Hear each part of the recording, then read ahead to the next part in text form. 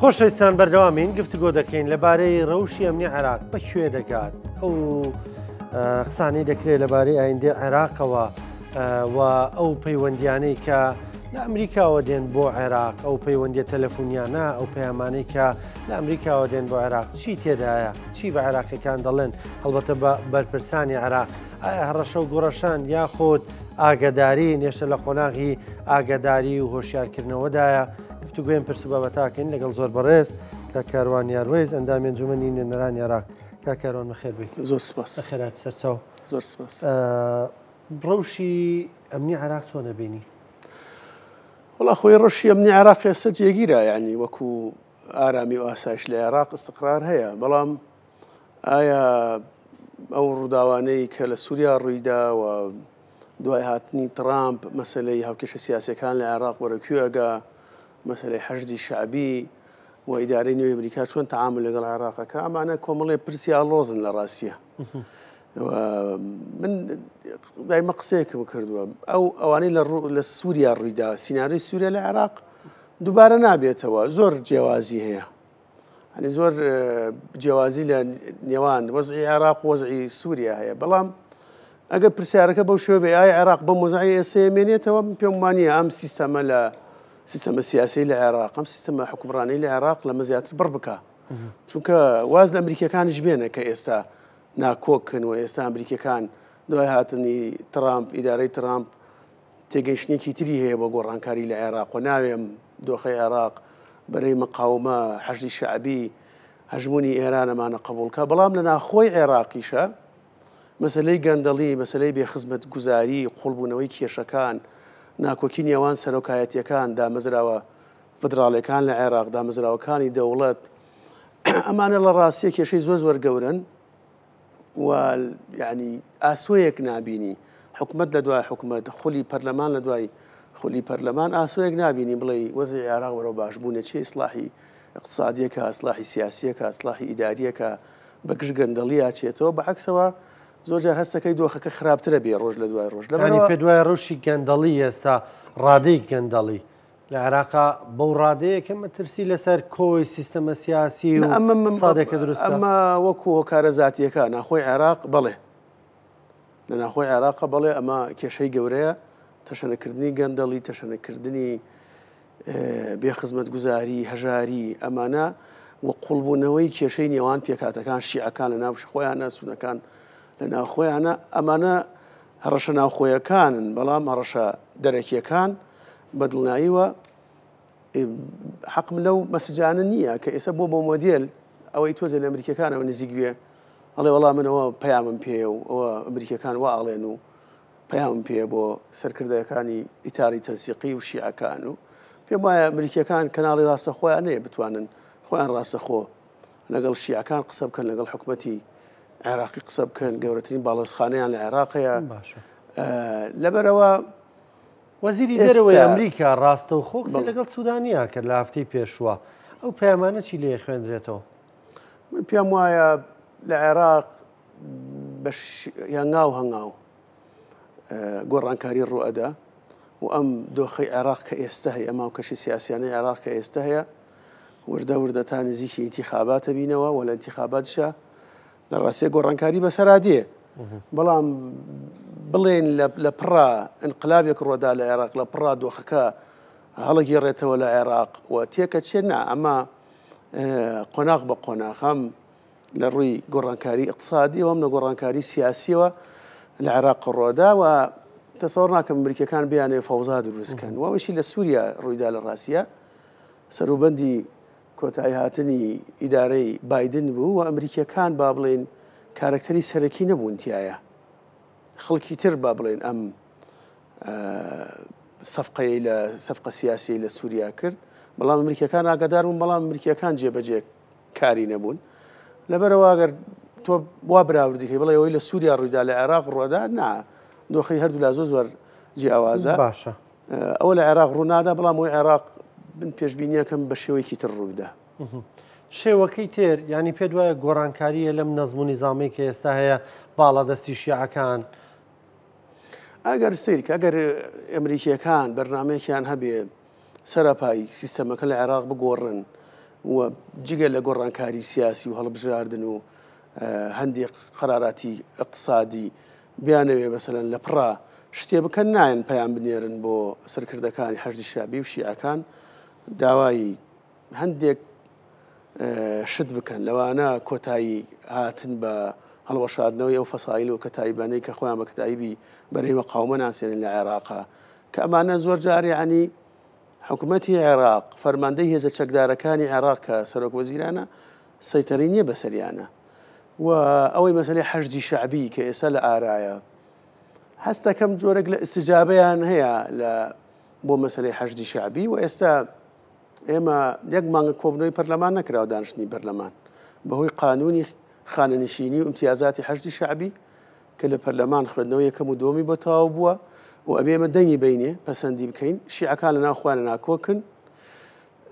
هەندێکیان لەگەڵەوە نەم قانونە بڕوە بۆ دەوڵەتی قانون عسائب لەگەڵەوەن قانونی تەقاعدی حەشدی شعبی دەنگی پێ بدرێ بڕوە و ئەڵێن هەتا ئەو قانونە لە جەدوەلی دانیشتنی پەرلەمانە نەبێ ئێمە ناڵین جەلسە بکرێ و نێچیان هێشت لە بەرامبەرە بەدر هادی عامری و مەجموعەیەکی تریان فالح فەیازۆمانە دیژین ئەڵێ نەخێر ئەم قانونە ئەبێ تعدیل بکرێ ئەبێ بگەڕێتەوە بۆ ئەنجومەنی وەزیران چونکە پێیان وایە دیاریکردنی تەمەنی خانەنشینی هەر لەگەڵ پەسەندکردنی ئەم قانونە و تەواوکردنی ڕێکارەکانی چوە بواری جێبەجێکردنەوە نزیکەی 4000 حەشدی شعبی خانەنشینە بێ لە هەرەمی دەسەڵاتەوە لە فالح فەیاز کە سەرۆکی دەستەی حەشدی شعبیە بۆ هەندێک خەڵکی تر کارکتەرە هەرە گرنگەکانی حەشدی شعبی کە خەتی یەکەمی حەشدی شعبین تقریبا 1000 کەسیان کە لە فەرماندە و خەتی یەکەمی حەشدی شعبین تەقاعد دەبنەوە ئەمڕۆ نەماڵدانیشن بۆیە هادی عامری و بەدر و فالح فەیازۆمانەوە بە جۆرەك بە ئەقلاب لەسەر حەشدی شعبی ئەقلابێکی سپی بەسەر حەشدی شعبی ئەزانن و پێیان وایە نا ئەبێ تەمەن دیاری نەکرێ چونکە ئەمە تەتەووعیە چونکە ئەمە جیهادە مجاهد نەمانە ئەبێ تەمەن کراوە بێت نییە لە دنیا شتی وان نییە و نییە لە دنیا مؤسسەیەکی عسکەری قانونێکی تەقاعدی هەبێ مؤسسەیەکی تر قانونێکی تەقاعدی هەبێ مؤسسەیەکی تر شتێکی تری هەبێ ئەبێت تەمەنی تەقاعدی دیاری کراو بێ لە عسکەریە بەڵام ئایا امتیازاتی یەکێک لە مخابرات خزمەتی کردوە خانەنشینە بێ جیاوازە لەگەڵ سەربازێک لە جێشە بەڵێ جیاوازە لە هەموو دنیامە جیاوازە بەڵام تۆ بەیانی نا یەکیان لە 7 ساڵی تەقاعد بێ یەکیان لە 50 ساڵی و یەکیان لە 6 ساڵیە ئەمە نابێ فەوزای ئێستا سەرۆکی دەستەی حەشدی شعبی تەمەنی 69 70 ساڵە بۆیە ئێستا ئەمان نەیانێش ئێستا جۆرێک لە تێگەیشتنیانەیە ئەم کێشانەی خۆیان کەم پێم وایە کێشانەی خوان لە 1-2 ڕۆژی ڕابردوو لەگەڵ دوانێکیانە قسەم کردم ئێوە ئەمریکا تونی کردووە لێتان داوای ڕۆژانەوەتانەکە خۆشتان هاتون خەریکێم کێشانەی ناوخۆی خۆتانن بۆیە ئەگەر بلا حەزە بکەی تەسریحەکانی نووری مالکی کە کارکتەرێکی هەرە کاریگەری ناو شیعەکانە ئەو داواکە ئەبێ حەشدی شعبی بەم پێکهاتەوە هەیکەلی ئێسەی نەمێنێتەوە ئەبێ بێتە بە جێشێکی نظامی هەیکەلەکەی بگۆڕێ و ڕاستەوخۆ لە ژێر دەسەڵاتی فەرماندەی گشتی هێزە چەکدارەکان ینی سەرۆک وەزیران بێ و ئەبێ بێ بە جێش ئەمە بۆ ئەمە جگە لە کێشە واقعەکان کە حەشدی شعبی هەیەی ئێستا کە پێیان وایە جێش نییە پێیان وایە نیزامی نییە پێیان وایە کێشەی زۆری هەیە لەگەڵەوەش ئەمە جۆرێکە لە تێگەیشتن لەو هەڕەشانەی ئەمریکیەکانە کە ئێمە بڵێ هەیکەلەی حەشدی شعبیە گۆڕین و بۆیە ئێستا جۆرێک لە تەفاهمەیە ئەم قانونە وازی لێبێنن قانونی تەقاعدی حەشدی شعبی جارێ خەریکی قانونێکی ترن لە ئەنجومەنی وەزیران قانونی هەیکەلەی حەشدی شعبی پێکهاتەی حەشدی شعبی و ئەو قانونەی کە لە خولی سێمی پەرلەمان پەسەند کرا کە 5 مادەیە و حەشدی قانونی دامەزراندنی حەشدی شعبی بوو لە هێزێکی تەتەووعی و کردی بە هێزێکی نیزامی ئەو قانونە هەڵەوەشێتەوە قانونێکی تر ئەبێ لە ئەنجومەنی وەزیران دەنگی لەسەر بدرێ بینێرن بۆ ئێمە بۆ پەرلەمان ئەو کاتە پەرلەمانە بێ ئەمە ئەم گفتوگۆی بکەوە ئەم دەنگی لەسەر بدە بەڵام ئێمە ئێستا وەزعی پەرلەمانە دانیشتن شت ناکە و دوایی جەژن ئەچی ناوجەوی ئینتیخاباتەوە و ئایا پەرلەمانی عێراق ئەتوانێت ئەم قانونە پەسەند بکە پەرلەمانی عێراق ئەتوانێت تعدیلی قانون انتخابات گەشتیاکان لەسەری کۆک بن لەسەری کۆک بن ئەتوانن بەڵێ لەسەری کۆک بن ئەتوانن بەتایبەت ئەو قانونەی کە بۆ هەیکەلیەی حەشدی شعبیە بەڵێ ئەو منێتەوە سەرەوەی ناوڕۆکی قامەکە چییە؟ مالکی لەم ڕۆژانەیە هەندێک لە دوانی داوە ینی وا دەردەکەوێت کە تێگەیشتووە لەو هەڕەشانەی ئەمریکا کە هەڕەشەی واقعی و جددین لەسەر ئایندەی سیاسیەکانی شیعە لە عێراقا. ینی تەنان هەندێک پەیامی هەبوو بۆ هەڵبژاردننی ئایندە ژووتیەوەی کە پارەی زۆریە بێ لە هەڵبژاردننی ئایندە ئەوەی باتەوە. هەمویان پارەی زۆریانەیە ئێستا زۆر زۆریشیانەیە. کام هێزی سیاسی لە عێراق، کام فەسائل، کام سەرکردەی سیاسی لە عێراق ئەڵێ پارە بنیە زۆری لەوانەی تر هەیە کە هەیەە. ئەمە پامێک نییە بۆی کە ئەگەر کورسی زۆری نێنا بڵێ من پارەی کەمەمە بوو بۆیە کورسی زۆر خۆی پارە بۆ دوو سێشتە لە عێراق لە ڕاستیە بۆی سەرح بین هەنێکی بۆ حملەی انتخاباتە، هەنێکی بۆ کڕینی دەنگە، هەنێکی بۆ کڕینی کاندیدە کاندیدەی بەقەوەتە ئەم حزب داوایەکەم کوت لە داوایەکە و ئەو قایمە داوایەکە و بەداخەوە هەندێکیشی بۆ گۆڕینی ئەنجامی هەڵبژاردنەکان. پارە بەس بۆ خەڵک نییە بەخشنەوە بۆ خەڵک کاتی حملەی انتخاباتە چونکە لە عێراقەکە ڕانکۆ ینی هەڕەشەی ئەمریکەکان هۆشداری ئەمریکەکان جددیە بەم شێوەیە قبوڵی ناکەن.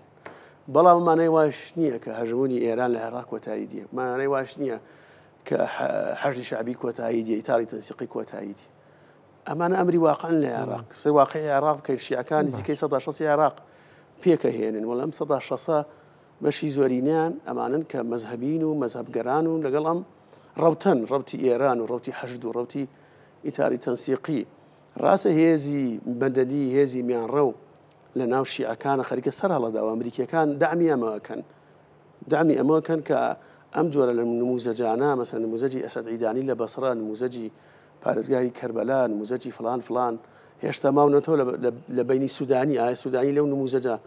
میانڕەوەیە کە ئەتوانێت بێتە دەرەوە لە خەتی ئێران و حەشد و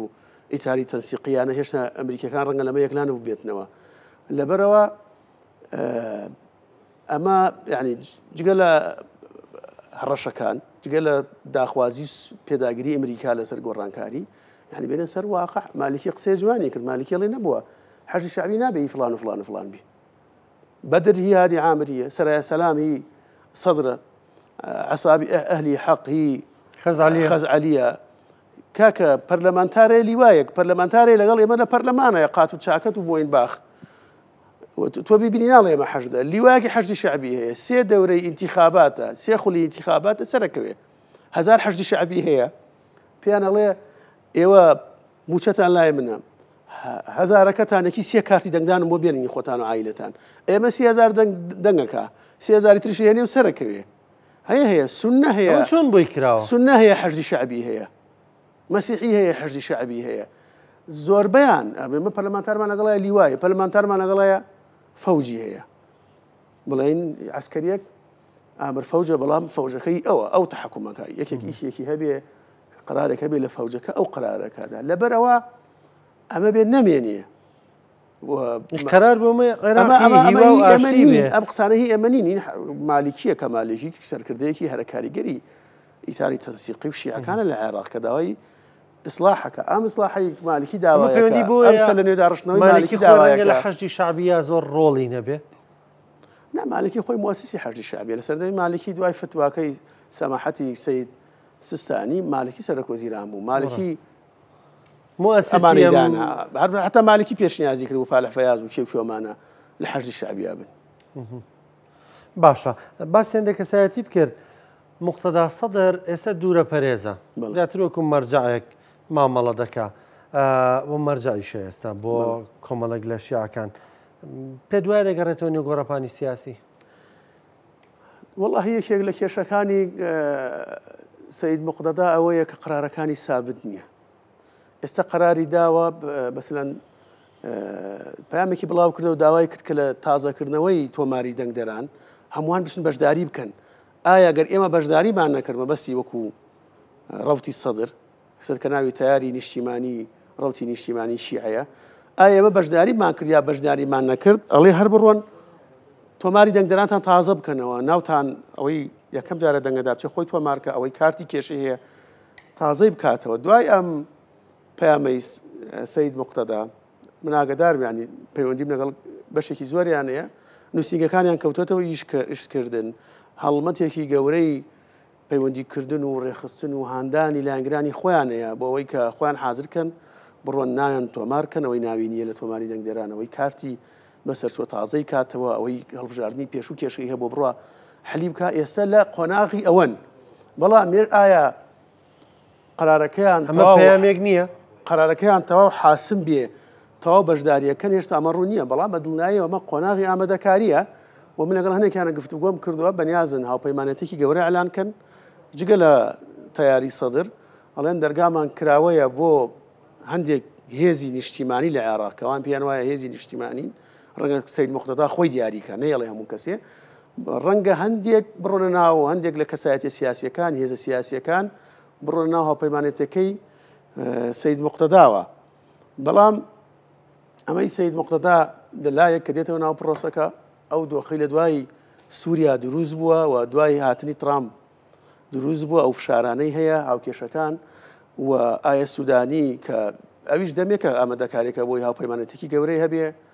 کازمی هاتووەتەوە ئەوێ تەقیمێکی وەزعەکە بکە ئایا قایمەی هەبێ نەبێ بزانێ وەزع چۆنە و هەندێک هێز لە دەرەوەی ئاوازی ئیتارە خوێنن فەرمانیگرتنی نەبوو هەمویان بۆ داخست کۆتاییان پێێنە بۆیان داخست بەڵێ کازمی پێشەوەی ئەزانی ئەم دۆخی کە لە عێراق دروست بووە لە سووریا دروست بوو هاتنی ترامپ گوڕێکی داوە بەوانەی کە لە ئەمریکەکانەوە نزیک ئەمە تەرجیعی کازمی کرد کە بێتەوە پێشەوەی بێتەوە جوابی ناردووە بۆ هەموو سەرکردەکانی ئیتاری تەنسیقی ناردوەتی بۆ سەرۆکوەزیران بنووسین کە من دێمەوە ئێوە زوڵمتان لە من کرد لە ڕووی سیاسی وە زوڵمتان لە من کرد من وا نەبووم ئێوە منتان لای خەڵ ناشرین کرد لە دادگا شکاتان لە من کرد منتان کرد بە گەندەڵ و عمیلی ئەمریکا بچی و ئێستا من دێمەوە بە دڵنیاییەوە ئەم پەیامەی کە ناردوێتی بۆ شیعەکان بەشێکی زۆران ئۆکەیان پێدا وتیانە وەرەوە کێشەمان نییە وەڵام قۆناغەشە من گوێم بۆ چوونەکانی بە ڕێزمالێکی بوو یەکی لەوانەی کە پێی وتوەوەرەوە بە ڕێزمالێکی یانەوێ ئەمە بهێنن قسە بکا و تۆزە تەشویش دروستکە بۆ بەڕێز سوودانی واویش ئەوێ تەقیمی وەزعی خۆی بکە ئایا بچێتە انتیخاباتەوە یانە من پێم وایە کازمی بچێتە انتیخابات و ناڵێم کورسی ناهێنی بەڵام کورسی زۆر ناهێنی چونکە ئەم پێگەیەکی جەماوەری نییە و لە ناو دەوڵەتە لە ناو حکوومەتە نەیتوانی شوێن پێی خۆی جێبێڵێ وەک چۆن مالکی جێی هێش وەکو چۆن ئەوانەی تر جێیان هێشت وە لە ڕووی سیاسی شەوەیانی پەیوەندی زۆر هەژمونی زۆر گەورەی نییە ناڵم کورسی ناینێ ڕەنگە چەند کورسێک بێنێ بەڵام لەوانە نییە کە بڵێ مفاجئ انتخابات بێ بەڵام ڕەنگە لە ئایندەدا مفاجئ انتخاباتە سوودانی مفاجئ انتخابات ئەمانە بەڵام کازمی نابێت مفاجئ انتخابات بەڵام ڕەنگە چۆن سوودانی بە کورسیەکی زۆر کەمەوە بوو بە سەرۆکوەزیران ڕەنگە لە ئایندەدا ئەویش کو دەڵێ بازەکە لە سەری بنیشێتەوە نا ئەوە ئەگەر مثلەن کازمی وا بیر بکاتەوە پێی وا بێ کە دۆخی عێراق گۆڕێ و هەموو شتێک ئەمریکەکان قەرارە دەن و دۆخێک دروستە بێ بۆ ئەو گونجاوە بێ من پێم وایە کازمی بە حیاتی کورسی سەرۆکایەتی بە چاو نابینێتەوە و ئەمە بۆ سوودانیش قورسە چونکە بۆ ئەمە ئەم بەم دۆخی کە سەرۆکوەزیران دانرا لە عێراق حکوومەت تەشکیل کرا و بەو ئاڵۆزیانەی کە هەبوو دڵنیاتەکەمەوە لە هەڵبژاردین داهات و دوای هەڵبژاردین داهات و ئاڵۆزترە بێ لەبەرەوە لایەنەکان ڕێک بکەون شیعەکان کە من بەرکەوتەی شیعەکانە و دۆخەکە هەر چۆنێک بگۆڕێ هاوکێشەکە هەر چۆنێک بگۆڕێ پۆستی سەرۆکوەزیران لە شیعەکانە مێنیە ئایا شیعەیەکی ئیتاری هەژداوی دێ نزیک لە ئێران یاخۆ شیعەیەکی مەدەنی مسەقەف و مۆدێرن دێ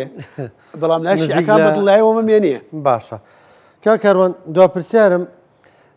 کۆمپانیای کۆرە سیاستەوە چین بۆ ساڵات بەڵێ وەکو دواپرسیارەوەی کە پەیوەندی بە وڵاتیانەوە بێ ڕەنگە ینی بەشێکی زۆر لە وڵاتیان نێرێمی کوردستان ینی لانی کەم بەشێک لە وڵاتیان نێرێمی کوردستان تۆڕە پەیوەندیان بەکارهێناوە لەو ڕوانگەیەوە من پرسیارەکەم نەک بۆعدە سیاسیەکەی هەڵبەتە بەشۆ گەشتۆ تۆ لە لیژنەی پەیوەندیەکانی وە لە ڕاستی ئەمە کاتی خۆی بەڕێ سەرۆکوەزیران داوای لە سەرۆکی هەیە ئێعلام اتصالات کردبوو لەگەڵ ئێمە پەرلەمان لژنەی نەقل و اتصالات ئیشێ بکەن هەم کێشەی کۆڕەک حلکەن هەم پارە کە تقریبا 2 ملیار 2 تریلیۆنە بێتەوە بۆ عێراق پێویستی بە پارەیە ئێمە وەسەعتەمان کردووە لەگەڵ هەردوو لا دانیشتین کۆبوونەوەیەکی زۆر کرا نووسرا و سەردان و کۆبوونەوەوانەوە لژنەیەک دروست کرا من و دووسێ پەرلەمانتاری تر سەرپەرشتی مفۆزاتەکە بکەین و بیانگەێنین بە تەسویە چونکە لە سێ ڕوانگەوەکە ڕانکۆ یەکەم کۆڕەک شەریکێکی نیشتیمانیە ڕقمە هەموو شتەکان بۆ معلومات کۆڕەک یەک پشکی بە پشکی خارجی نەفرۆشتووە هەمووی پشکەکەی عێراقیە ئی خۆیانە دووەم لە کۆڕەکە 6,000 هاوڵاتی ئیشەکە بۆی بێ ئیش نەبن سێەم 8 ملیۆن هاوڵاتی حەقی هەیە بەسەر کۆڕەکەەوە سیمکارتی کۆڕەکی حەقی لای کۆڕەکەیە کۆڕەک داخەیەمانە بۆ کوێ بڕۆن چوارەم لە هەمووی بۆ لێمە گرنگترەوە پارەوە بێتەوە ئەم ئجراتانەی زۆر جار هەندێک لە پەرلەمانتارانی عێراق تەسریحی نەدەنەوەوانە ئەمە خراپە ئێمە وتمانە کاکە ئێوەتانەیە کۆڕەک پاڵ پێوە بنێن بچێتەوە لە هەولێر دانیشیە ئیشی خۆی بکە لە هەرێمی کوردستان و پارەکەی عێراق بڕوە یاتانەی نەخێر وردە کۆڕەک بینە ژێرباری ئەوەی ئەم پارەیە بداتەوە ئەم پارەی خەڵکە پارەی عێراقا 2 تریلیۆن دینار 1000 مەدرسەی پێدروستەکەی 1000 مستشفەی پێدروستەکەی لە عێراق دەیان پرۆژەی خزمەتگوزاری پێکەی لە عێراق ئەبی ئەم پارە بێتەوە ئەی باشە ئەوە باشەیە ئەم پارە بێتەوە یا تۆ کۆڕەک پاڵ پێوە نێ بچێتەوە بۆ هەولێر بڵێ من لە بەغایش ناکەم و لە هەرێمی کوردستانی شەکەم و پارەکەش نادەمەوە ئێمە بۆ ئاراستیتمان ئەم پارەیە بێنین یاسای عێراق ملزەم نییە بەسەر هەرێم یاسای نەخێر ئیسا وەزارەتی اتصالاتی عێراق بە ئەمری مباشری سوودانی بە ئەمری مباشری سوودانی دوسێ جار تەکیدی کردەوە بە تەلەفۆن بە نووسراو بە وەزیری اتصالاتی عێراق وتوێتی ئەو ئەنتەرنێتەی کۆڕەک ببڕە ئێستا کە ئەنتەرنێتەکە بڕاوە ئەنتەرنێتی کوردستان چۆنەڵی پلاکەکەی لای نییە لای عێراق نییە لای هەرێمی کوردستان خۆیەتی ناتوانێت عێراق ناتوانێت بیبڕێ بەس پارێزەکانی عێراق بڕاوە لەبەرەوەی ئەمە پێشنیازمان کە کاگڕانکۆ هەموو شەریکێک لە عێراق کە تووشی ئەم کێشانە بێ قەرزارە بێ قانونێکمانەیە قانونی یاسای گێڕانەوەی قەرزە حکوومیەکان بە پێی قانونەکە ئێمە بمانکردن بە 8 قست بە 8 ساڵ بیدەنەوە محەزەڕەکەمان بەرز کردەوە بۆ وەزارەتی مالیە ڕقابەی مالیە ئەتیحادی بەڕێز وەزیری مالیە عێراق ئەڵێ من ڕەزامەندم لەسەر تەسویەکەەوە ئیشی خۆتانە بێ قانون ئیشی پەرلەمانیش بەڵام بە 8 ساڵ نابێ بە 6 ساڵ بێ بە 6 ساڵەکە کۆڕەک کێشەی هەبوو لەسەر 300 ملیۆن دلار لەگەڵ 270 ملیۆن دلار کە پێی وابوو بە قەراری محکەمەیان بردووەتەوە وەمە زوڵمە لەسەریان ئێمە قەنەعەتمان بە کۆڕەک کرد لە کۆبنەوە بە نووسراوی ڕسمی وتیان ئەوە شەدەین قەنەعەتمان پێکردن ئەوە شەدەین بەڵام لەم دوایە کێشەکە چۆ لە ژنەی نەزاها وەسەراحەت دەوێ هەندێک لە پاڵپێنانی تێکەوت ینی بۆی ناڵم کێشەکە سیاسیەکە وەکوانەی کۆڕەکەڵێن هەندێک هەیە پەرلەمانتار هەیە بڵێ وەکو پەرلەمانتار دژی پارتیە ئێمە زانینەوانە وازەح پارتی خوا نەزان ئەمانە قسەکەن خۆ بەڕێ سەرۆک وەزیران وڵات دژی پارتی نییە وەخوا عیلاقەی بەڕێ سەرۆک وەزیران سوودانی لە ئێمە باشتر لەگەڵ پارتی علاقەی سوودانی لەگەڵ پارتی لە یەکێتی باشترە سەرۆک وەزیرانە قەرارەی داوە يعني وزير اتصالات بابەتەکە صرف یاساییە و بابەتەکە سەرۆک وەزیری اتصالاتی عێراق وتی جگە لە کتابەکە بەیانی هەستاوم لە خەو سەری واتسابەکەم کردووە سەرۆک وەزیران لە واتساب نامەی ناردووە بۆ تا ئێستا ئەنتەرنێتی کۆڕەکت نەبڕیوە لەبەرەوە ئەم کێشەیە ئەمە بە برادرانی کۆڕەکیشمان وتووە وتمان ئێوە شەریکەکەن بۆی ئیفلاس نەکەن کێشەتان هەیە ئەزمەتان هەیە ئێمە هاوکارتانە بین بە پێی یاسا و دەستور وەرنەوە سەر مێزی گفتوگۆ کێشەکە چارەسەرکەین بە هەیە ئیعلام اتصالاتی عێراقشمان وتووە ئێوەش وەرن بۆی ئەم 2 تریلیۆن دینارەی کە لای کۆڕەکە هی دەوڵەتی عێراقی شەعبی عێراق بۆی بگەڕێنەوە کێشەکە چارەسەرکەین زۆر بەڕێز کاروانی هەروەی زەندامی ئەنجومەنی نوێنەرانی عێراق سوپاس دەکەم سوپاس مامادەبوونێت.